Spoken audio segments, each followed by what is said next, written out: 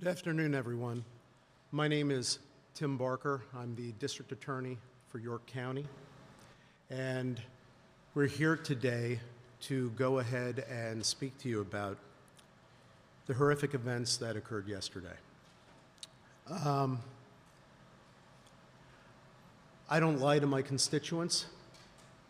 I never will.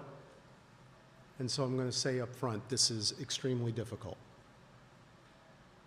One of the most difficult things that any of us have ever had to go ahead and be a part of and to go ahead and do. But we're here today to go ahead and give you an initial finding of fact. And again, it's an initial finding of fact as to what happened yesterday. And we can go ahead and do so because the investigation has been extremely thorough. I had requested that the Pennsylvania State Police take over the lead on this investigation, and they are doing so in conjunction with the county detectives from our office in a full and complete collaborative effort.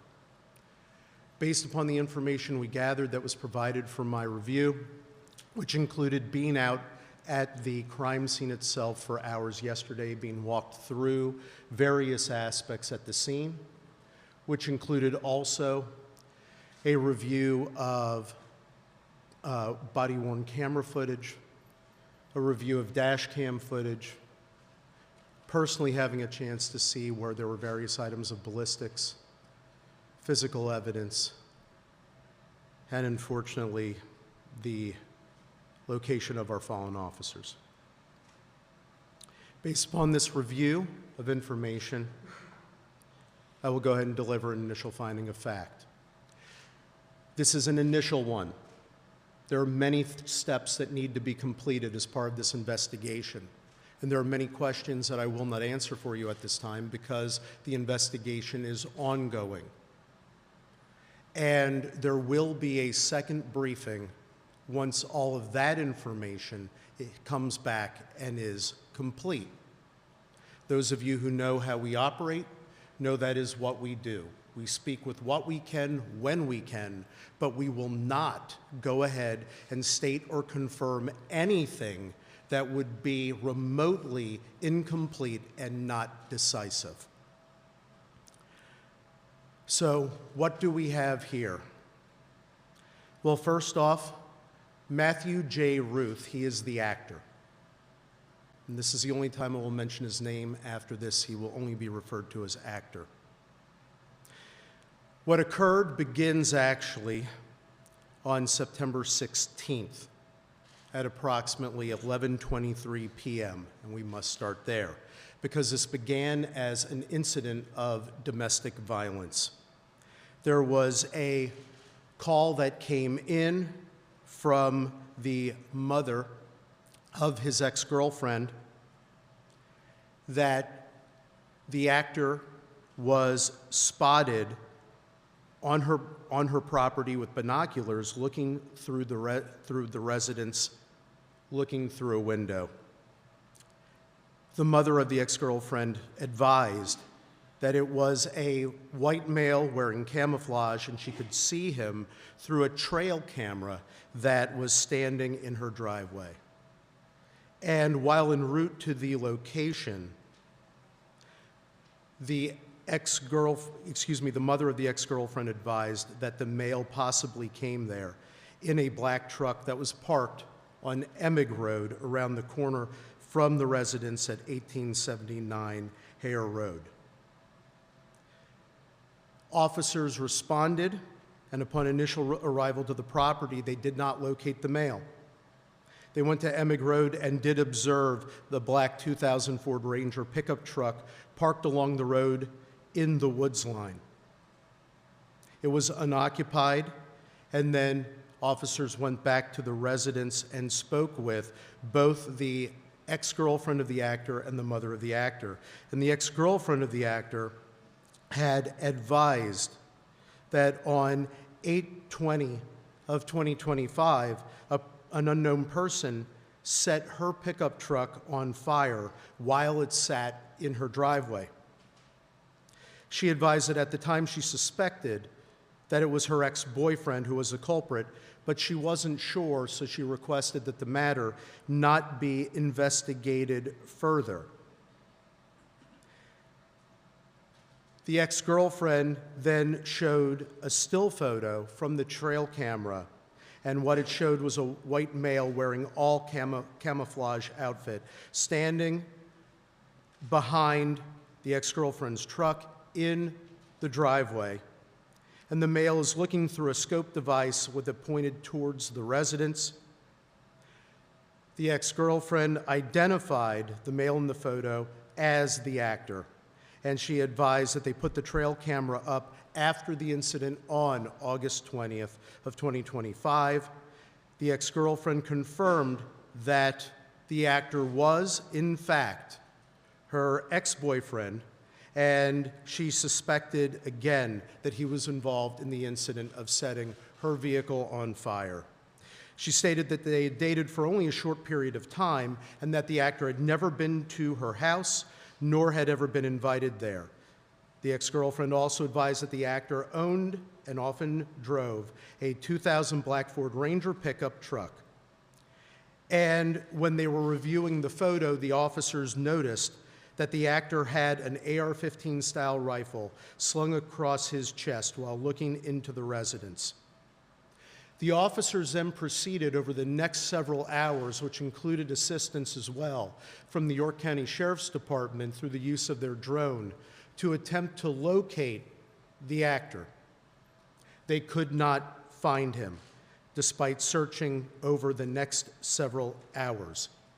A warrant was sworn out for the actor's arrest, and the charges in that matter included stalking and loitering and prowling at night. The next morning, detectives from the Northern York County Regional Police Department attempted to go ahead and locate and execute a search warrant on the known residence of the actor.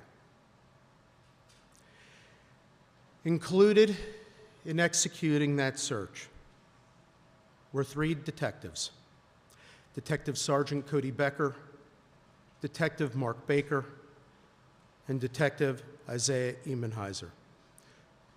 2 other detectives also participated in this search. They arrived at the actor's residence and communicated with his family at 12:11 p.m. They left the residence, having interviewed family and having conducted search at 1:23 p.m.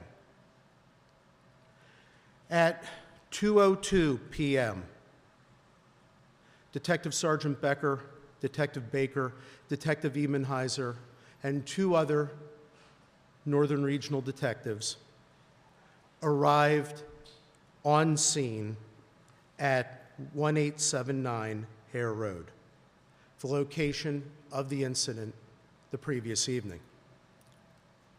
They arrived and they were searching for the actor. Also accompanying them to assist was a deputy sheriff from the York County Sheriff's Department to again assist with drone action and finding individuals through the usage of a drone. The search went on for the actor, which included various outbuildings, and the drone was being employed to also check neighboring fields. During the course of this search, detectives went to the front door of the residence.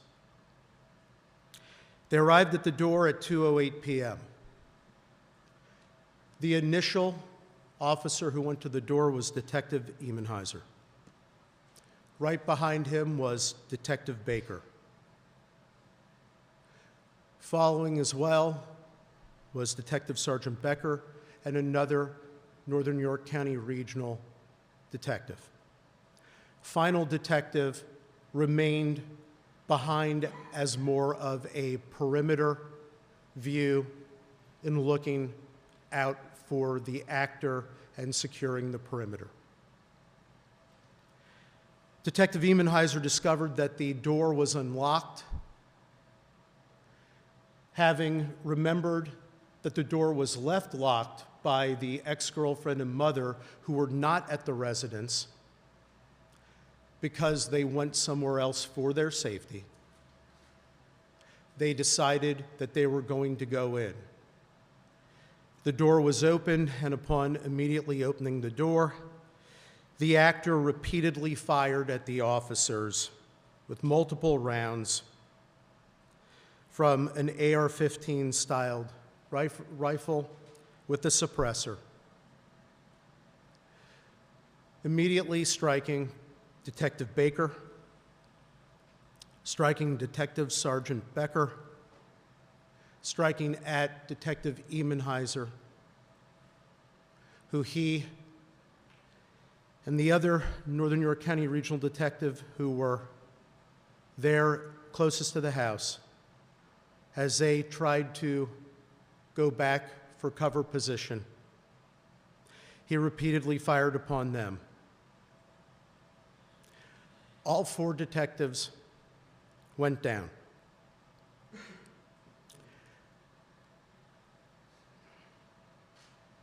The actor then proceeded to turn his attention to the deputy sheriff. The deputy sheriff and the other Northern York County Regional Detective began to position themselves to return fire.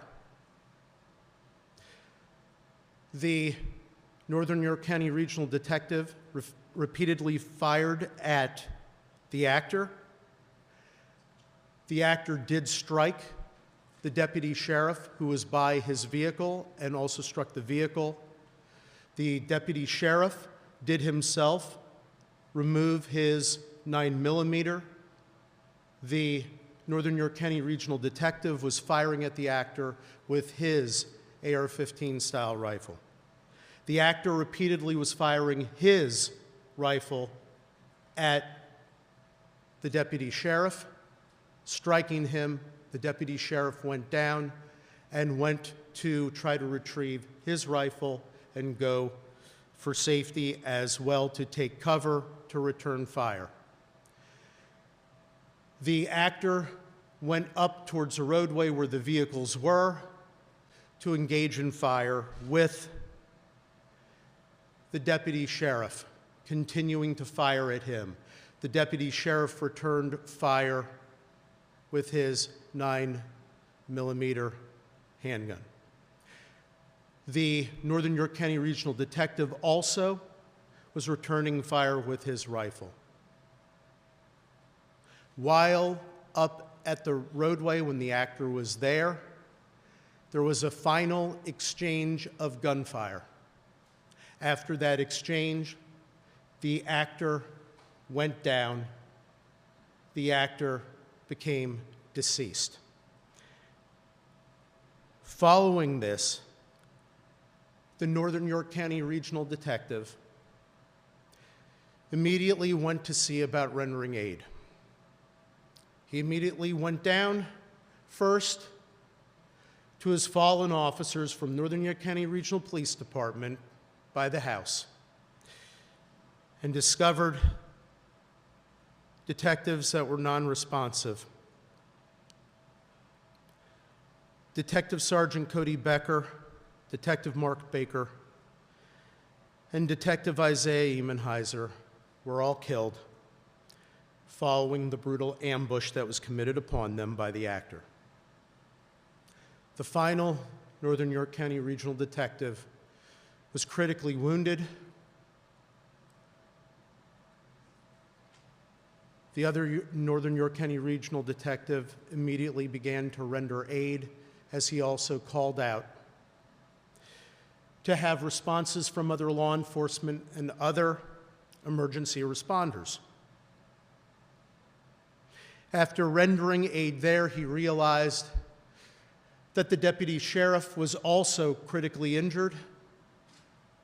The detective for the Northern York County Regional Police Department responded to the deputy sheriff and immediately began rendering aid to him as well. From the time period when the detectives arrived at the front door preparing to enter to when the shooting stopped, they arrived at the front door at 2:08 p.m. All shooting had stopped by 2:10 p.m. and 16 seconds. At 2:14 p.m., the first additional officer arrives, another member of the Northern York County Regional Police Department. The detective rendering aid to the deputy sheriff requests that the other Northern York County Regional officer go over and place handcuffs upon the actor, not knowing his full status at that point. That was done so. And then numerous other law enforcement agencies and emergency personnel came to the scene to assist and render aid.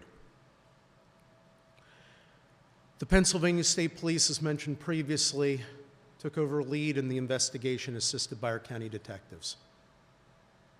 Numerous law enforcement agencies came to help to secure the scene, help with any rescue efforts. And when I say numerous, I can't tell you how proud I am of every single law enforcement officer in this whole county. They all came from everywhere to be there to help in any way they could. A search of the scene revealed numerous locations of various ballistics evidence that in a future briefing we will be able to catalog to go ahead and explain what it is following ballistics testing and following other information. Needless to say, at this point in time, from what I was able to observe on scene as shown and explained to me by the investigators, it corroborates fully what we have just stated and also shown through visual and also through other interviews. Inside the house, besides discovering the initial casings from where the actor began his barrage of murderous activity, they also discovered in the basement that he had killed the black Labrador that was owned by his ex-girlfriend's mother, shot one time.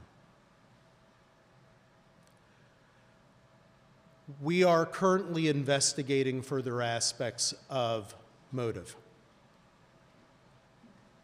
So we will not speculate on the full profile of the actor. Numerous other search warrants have been executed. Other things are being analyzed. There is one motive, though, that is clear for everything, and that is the hateful scourge of domestic violence. That is what brought us here. That is what brought law enforcement here. That is what started all the activity. The whole sequelae is there.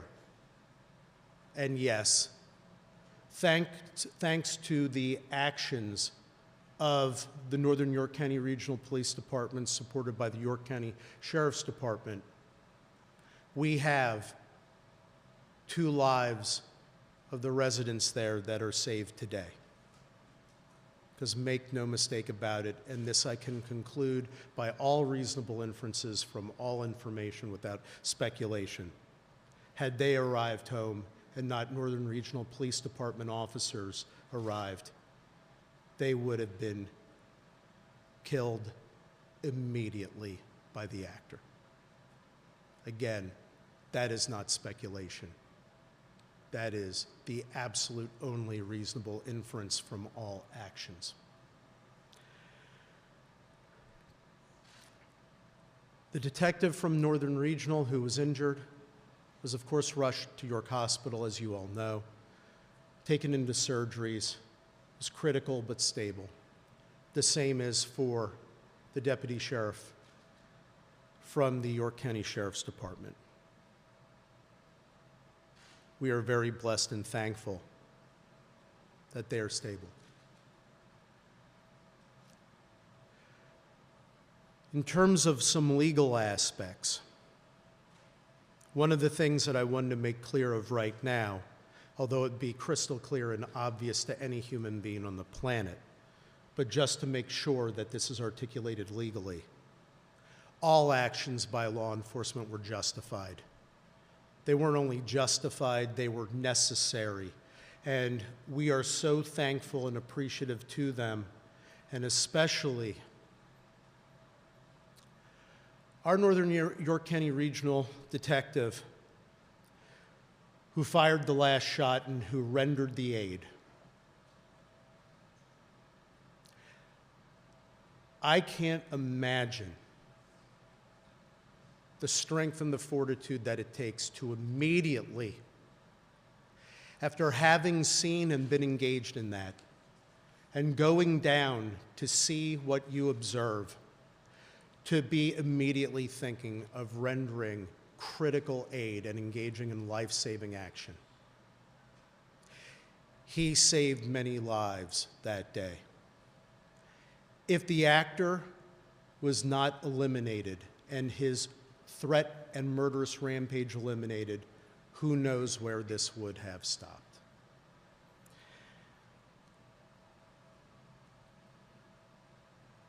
Detective Sergeant Cody Becker, Detective Mark Baker, and Detective Isaiah Emenheiser were all credits to law enforcement.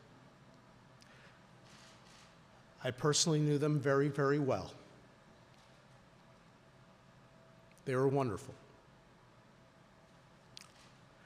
They were mission-driven, and that day they continued their mission. Well, their mission is now complete. You kept the faith. You ran the race. You fought more than a good fight. You fought the critical fight for us. Job well done. Mission well served. And we will love you forever and all eternity. Final comment I want to make is about York County. This is my home. This is our home.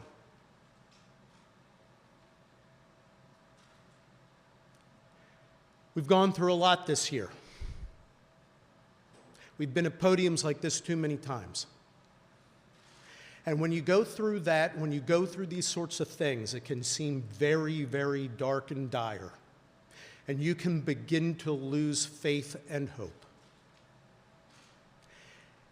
And I'm going to tell you, last night, there were a lot of us feeling that way, and I personally was too.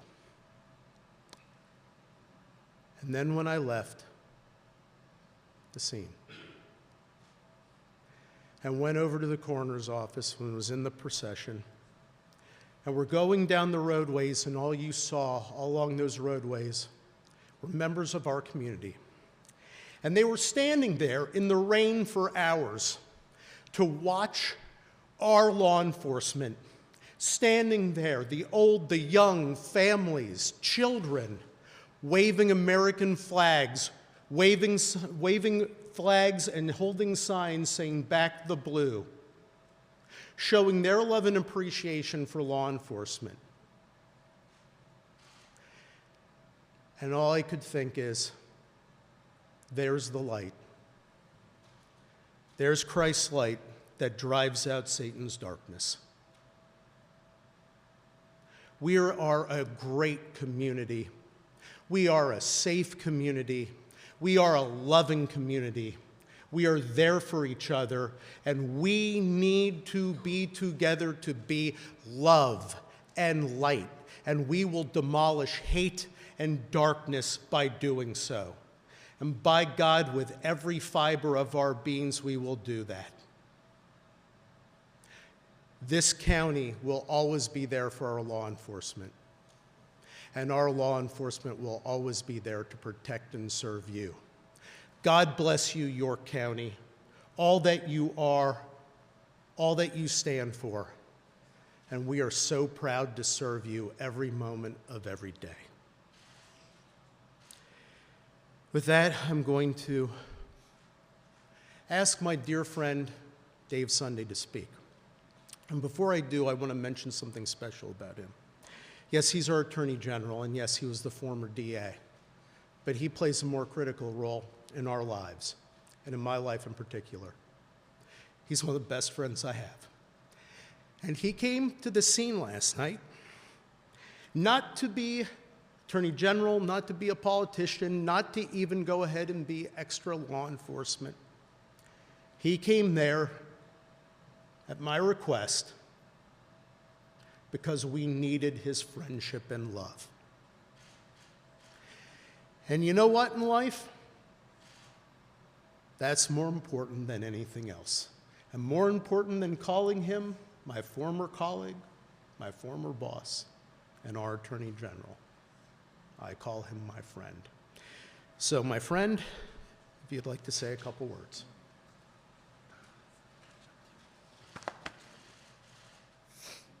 One moment.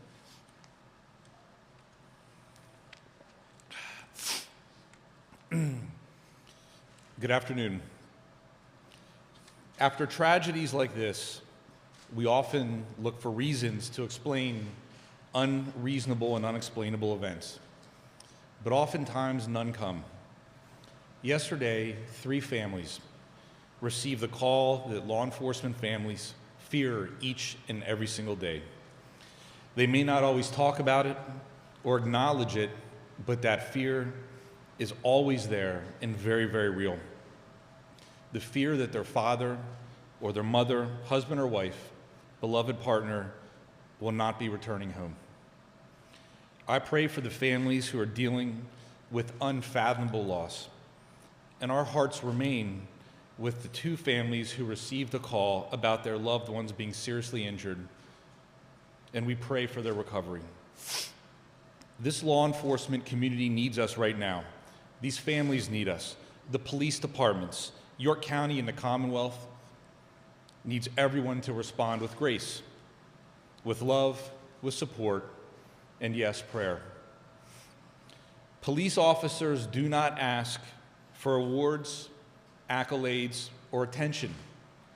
But the truth is, every single day, they're standing up for their communities, for many people who they have never met before, and putting their lives on the line. Many of us have been in a position where there's been an emergency in our lives, and we've needed help. And we've had to call 911, and the police come. And they oftentimes can fix a situation. They can make you feel better. They can take care of you. And after that's over, they leave. And as a family, you may come together and say, thank God we got through that. We're okay. But those police officers move on to the very next call. And then they move on to the very next call. Every day, every week, every month, for years, decades sometimes. And they don't have the luxury of taking a break and saying, you know what, we took care of that one, we took care of that family, we're fine. And this kind of detail in particular, when you're talking about a warrant, is some of the most absolute dangerous work our police officers do, because they never know exactly what they'll encounter. The officers involved with this incident went to a home to protect a woman and her children. They encountered a force of evil, hell-bent on taking lives. Think about that. Think about what these officers went through. And I ask, do police officers not deserve the full embrace and support of society? Being a police officer means kissing your spouse or partner and children goodbye every single morning or afternoon, depending on your shift, and heading off to a job where you have no idea what you're going to run into that day and what will be required of you.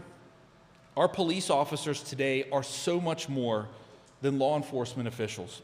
They're social workers, mental health professionals, counselors, crisis interventionists, child care workers.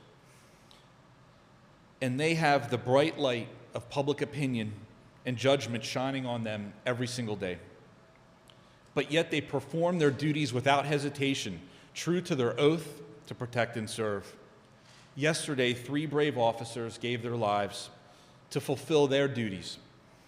In the midst of that gunfire, their mission expanded from protecting a family to saving one another, and those actions saved lives. Without committed, qualified police officers, any and every community in our nation is susceptible to lawlessness and disorder.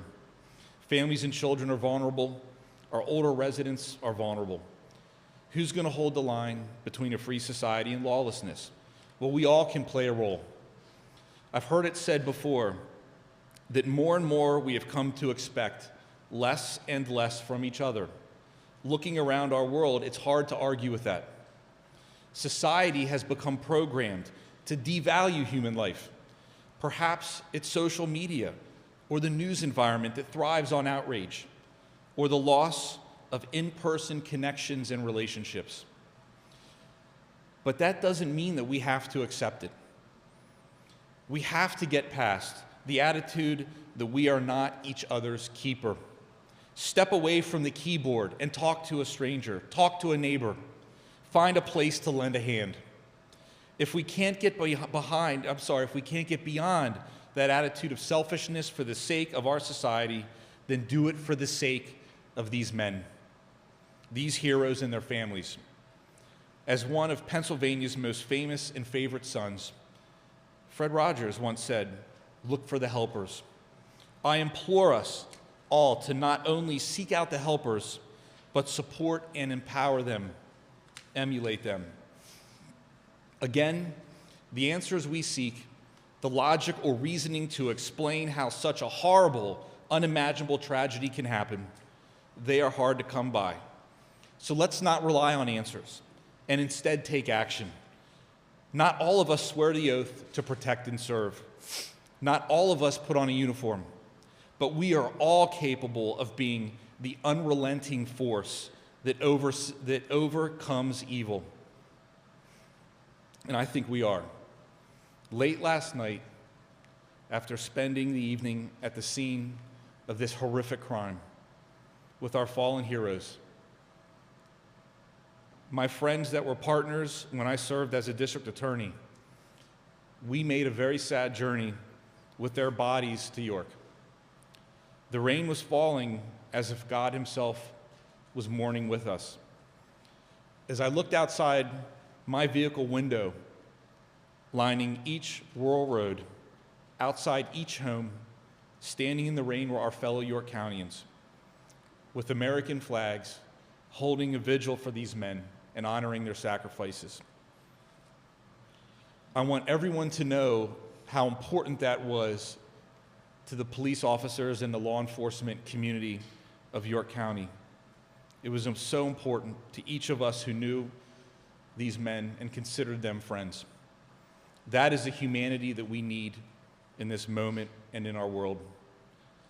Thank you. May God bless and keep these men and their families, and may He protect the men and women in law enforcement every single day. Thank you.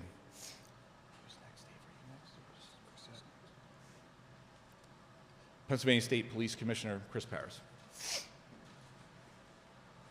I would just simply like to say, again, on behalf of the Pennsylvania State Police, we stand with law enforcement in York County and all across the Commonwealth. We will continue to provide any and all resources at our disposal to ensure that the investigation is completed.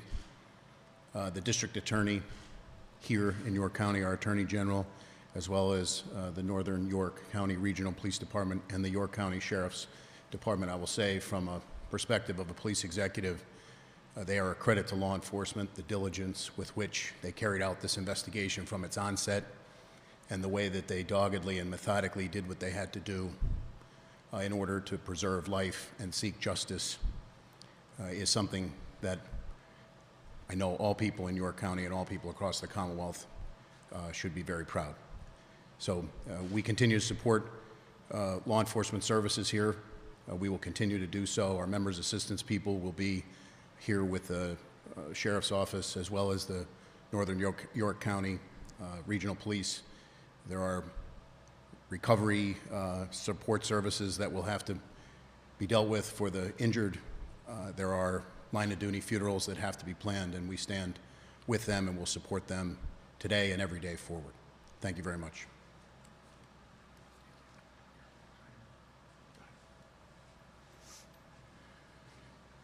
I stand here today to tell you the obvious.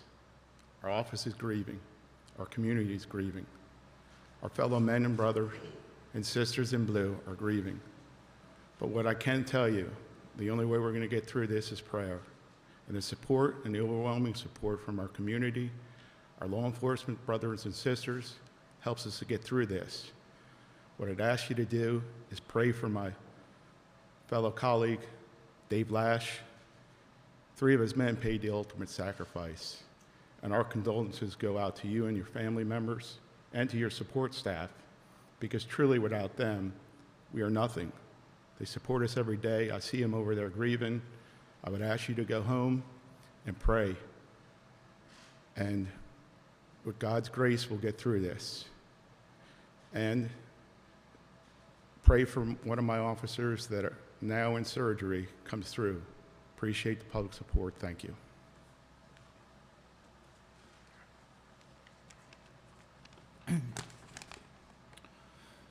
Good afternoon. My name is Dave Lash. I'm the Chief of Police of the Northern York County Regional Police Department. Yesterday was a dark day for the Northern York County Regional Police Department and for all of York County and our communities. We are mourning the loss of 3 of our officers, and we continue to pray for the recovery of our 4th and also for the recovery of the York County Sheriff's Deputy. I want to take a moment to recognize the 3 officers we lost: Sergeant Cody Becker, Detective Mark Baker, and Detective Isaiah Emmenheiser. Each of these men represented the very best of policing. They served with professionalism, dedication, and courage.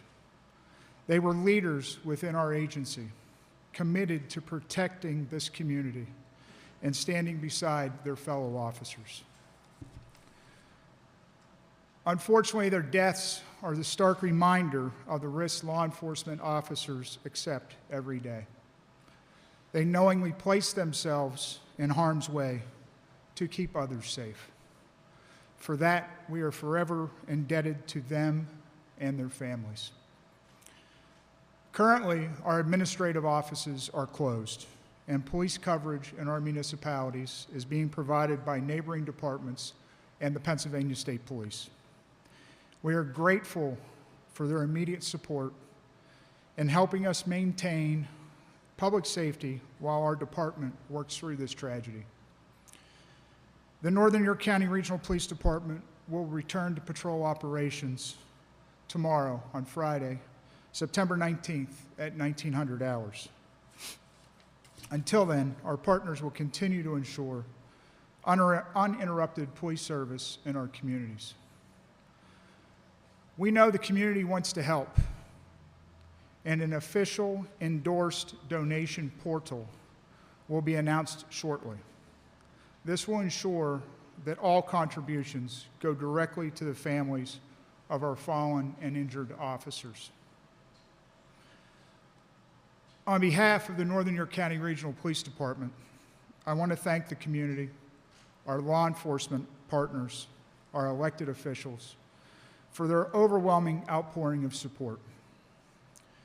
While nothing can erase the pain of this loss, your strength and compassion will help us and the families of Sergeant Cody Becker, Detective Mark Baker, and Detective Isaiah Emmenheiser as we move forward through the difficult days ahead.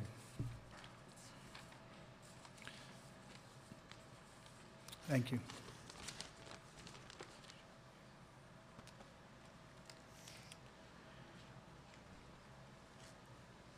That concludes the comments that we came here today to make to everyone.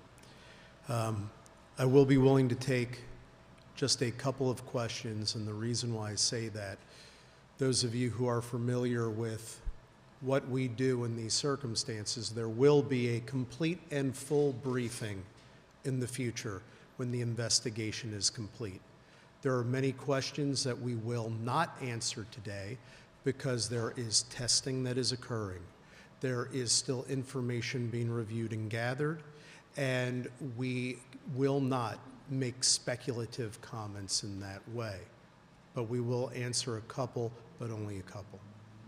Yes, sir. Do you know if the assailant legally acquired his AR-15? How did he acquire the AR-15? Did you know about how many rounds he fired for the AR-15 in that 2-minute period? So we do have, so I'll say it this way. We do know what the background is that we are checking on for his ballistics purchases. That's part of the ongoing investigation, and we will be revealing that in the future as part of the briefing as those details are coming in. Second aspect, if you're wondering, is he a person not to possess a firearm? Based upon our information, we could not find any prior criminal convictions that would go ahead and make him a person not to possess a firearm. Regarding any issues with the quantity of ballistics, the only thing that I'll say at this time, a count was being done, but you have to go ahead and determine from which firearm something was discharged. There are methodologies for doing that. We are engaging in those ballistics aspects. So at this time, the only thing I will say generally is he fired many and multiple rounds, because to go more specific could lead to a misstatement of fact, and I will not do that. Were any of the weapons found inside the search of his home, and who was he living with in that home? I have not disclosed that. First of all, I have not disclosed who he's living with because out of their privacy interests. Second, all of the aspects of the secondary search that is ongoing, those items are being cataloged and are being reviewed.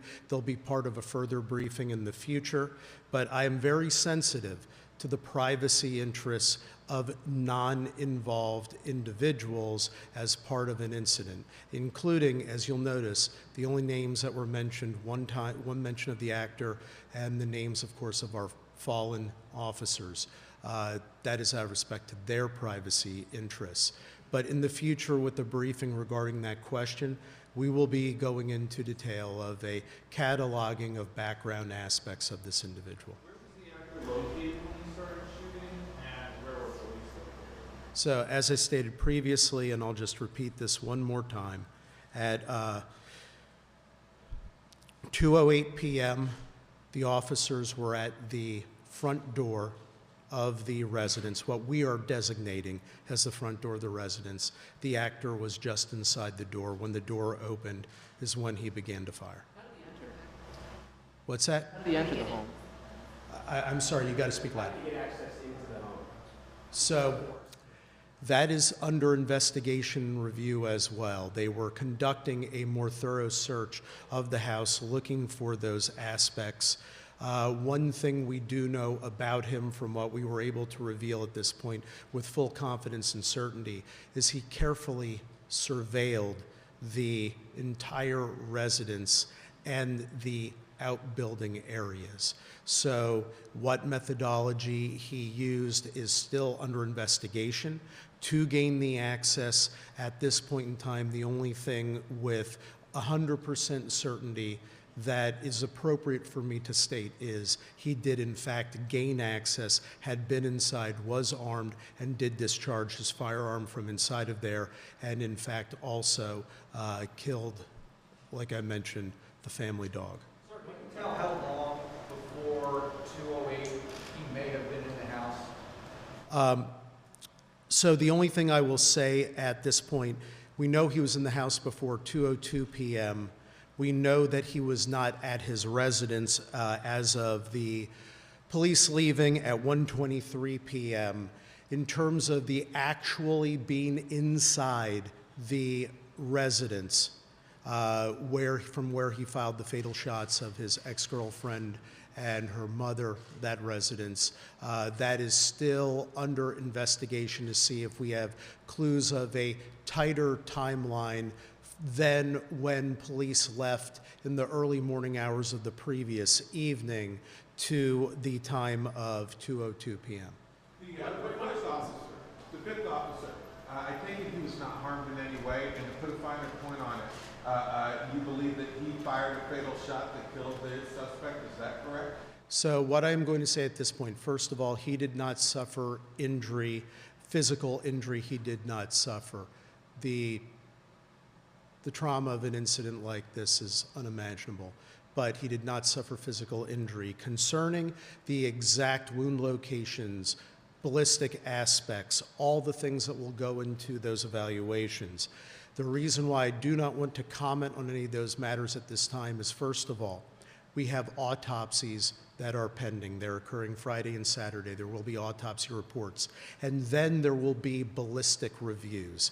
And I want to make sure that the next time I come before you, that I am able to state definitively what the order and aspects of the shots were from which weapon. So accordingly, that's why I am being resistant at this time. My statement of justification is blanket for every member of law enforcement, regardless what, where, whom, every single one of them, every action they took was 100% justified. But the specifics will be coming. But I must have those aspects of the investigation completed. It could be self-inflicted. What I have done at this time is I am waiting to go ahead and hear every aspect of the ballistics. There are many things that I do know. I do not commit to anything without having all information. So if I sound uncommittal, it's because every time that somebody says a comment of speculation, so many times it gets proven wrong, and then it leads to more harm than good.